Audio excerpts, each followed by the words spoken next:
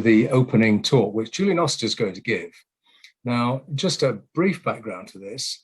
One thing which has been very helpful is our ability at the National Prostate Cancer Audit to acquire rapid data.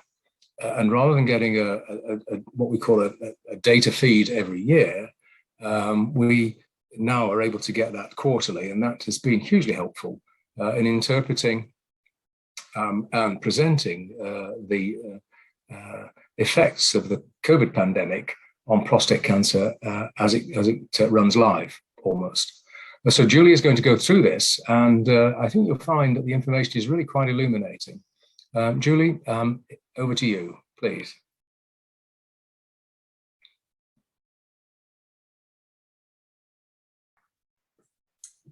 Thank you, Noel.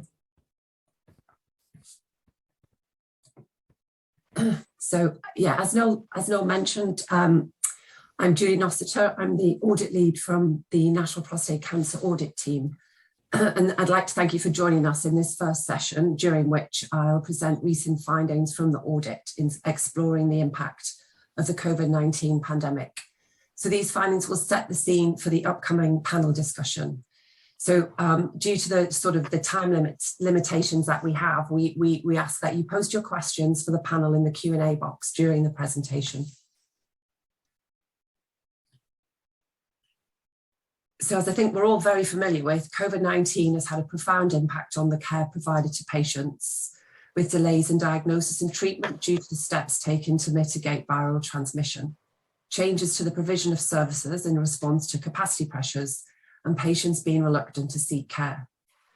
In this study, we aim to evaluate the impact on the diagnosis and treatment of men with prostate cancer, and to quantify the proportion of the at-risk population who have experienced delays or changes in care. Patients newly diagnosed with prostate cancer during 2020 were identified in the rapid cancer registration dataset that Noel mentioned, and we linked this data to other national data sets to provide treatment information.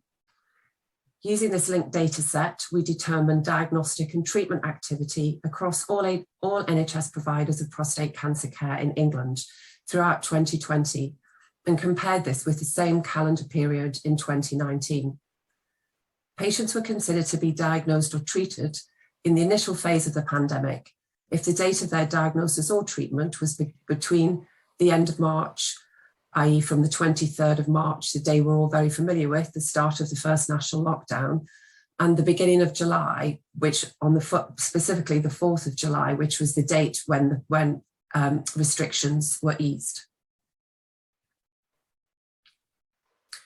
We initially looked at the number of prostate cancer diagnoses. So this figure shows rather dramatically the number of men diagnosed each month over time, with the blue line representing 2019 and the orange line representing 2020. So as you can see, during the first formal lockdown period between the end of March and the beginning of July, illustrated by the purple arrow, there was a substantial reduction by almost half in the number of men newly diagnosed with prostate cancer, compared with the same calendar period in 2019. Although the monthly number of prostate cancer diagnosed increased after the lockdown restrictions were eased in July, these numbers were always lower than in the corresponding periods in 2019. We found that overall, between March and the end of the year, there was a 30.8% reduction compared with 2019. And this equates to a diagnostic deficit of almost 10,000 men by the end of 2020. So it's clear that an important concern is the potential for a stage shift when these men are finally diagnosed, and the potential for a significantly worse prognosis.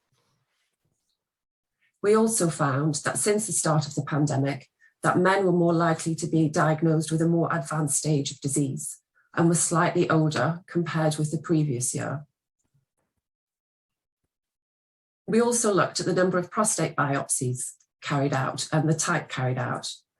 And we saw, similar to as you would expect with a number of diagnoses, there was a corresponding reduction in the number of biopsies performed.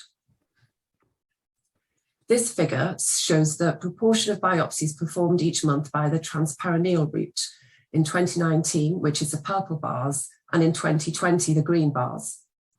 Of the biopsies performed between March and December, these were more often through the transperineal route compared with the transrectal route. So we anticipate that this shift towards transperineal biopsies, which accelerated during the pandemic, reflects guidance to avoid transrectal biopsies where possible, on the account of the potential for increased risk of sepsis by this route. Next, we looked at the number of men undergoing radical treatments. And this slide shows the number of men undergoing surgery during the first lockdown period in England, which fell sharply by almost 50% compared with 2019. Although surgical activity reached 2019 levels by June 2020, activity levels dropped again by the end of August. Overall, there was a 26.9% reduction, equating to a surgical deficit of just under 1,500 men by the end of December. We found that cancer stage in men undergoing surgery was typically less advanced than those treated in 2019. With further follow-up, we will determine the impact of delaying radical prostatectomy in men with high-risk disease and their subsequent outcomes. The number of men receiving radical radiotherapy, you can see a pattern here, in the English NHS also fell sharply during the first lockdown period. However, there was a dramatic escalation in activity from July, above the levels previously seen in 2019.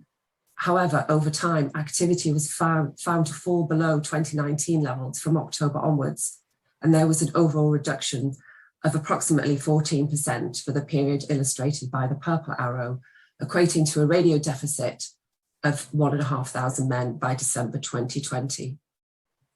During the pandemic, increased use of hypofractionation was seen, so a higher dose in fewer fractions and therefore fewer hospital visits, reflecting guidance for the safe maintenance of radiotherapy services without reducing treatment effectiveness. Finally, we looked at the use of systemic treatment in patients presenting with hormone-sensitive metastatic disease. We found a rapid and marked fall in docetaxel use after the start of the first lockdown. We also found a corresponding and marked increase in the use of enzalutamide.